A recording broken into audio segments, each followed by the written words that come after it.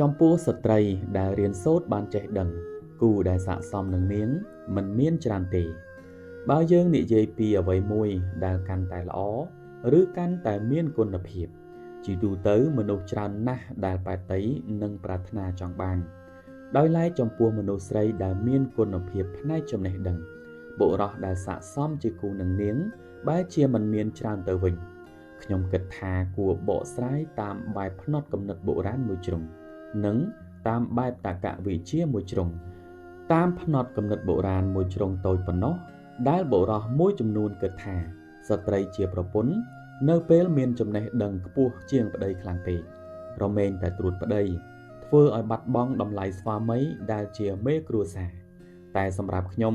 គួរបដូរពាក្យថាត្រួតប្តីមកជាពាក្យថាជួយយឹតយងប្តីកាលដែលនាងមានចំណេះដឹងខ្ពស់នេះហើយទើបនាងប្រើចំណេះដឹងមកជួយយឹតយងប្តីយឹតយងដោយជួយស្ដីណែនាំគ្នាជួយបង្ហាញផ្លូវគ្នាថាអ្វីគួរនិងអ្វីមិនគួរប៉ុន្តែដោយសារមនុស្សខ្លះប្រកាន់នៅផ្នត់គំនិតមួយជ្រុងតូចនេះនៅក្នុងគ្រួសារប្តីមានអំណាចធំជាងប្រពន្ធទើបចេះតែគិតថាស្ត្រីមានចំណេះដឹងខ្ពស់អនាគតមុខតែត្រួតលើប្តីមិនខាន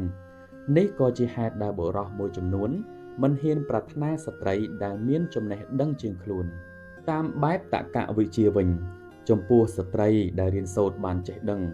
គូដែលស័ក្តិសមនឹងនាងមិនមានច្រើនទេតាមពិតបុរសដែលបែតតីលើនាងគឺមានច្រើនជាងស្ត្រីធម្មតាប៉ុន្តែក្នុងន័យនេះសំដៅថាបុរសដែលស័ក្តិសមជាគូនឹងនាងគឺមានដោយកម្រព្រោះអ្វីព្រោះនាងមានចំណេះដឹងនេះហើយទើបនាងអាចមើលដឹងថាបុរសណាល្អស័ក្តិសមធ្វើជាគូនឹងនាងមិនមែនផ្ដោតលើបុរសដែលរៀនសូត្រចេះដឹងប្រហែលនាងឬចេះដឹងលើសនាងនោះទេប៉ុន្តែគោលដៅសំខាន់ជាងនេះគឺគុណភាពនៃចំណេះដឹងរៀនបានខ្ពស់ឬអត់មិនសំខាន់គុណភាពការយល់ដឹងនាងចង់បានបុរសដែលមានការយល់ដឹងជ្រៅជ្រះ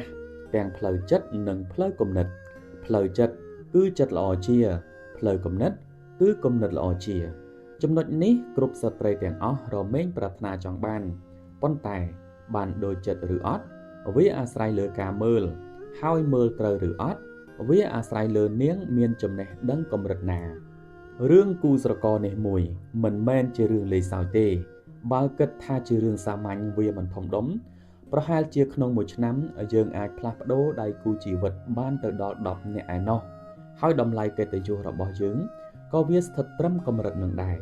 តែគូជីវិតមិនមែនជាអារម្មណ៍ស្នេហាមួយឆាវនោះទេតែ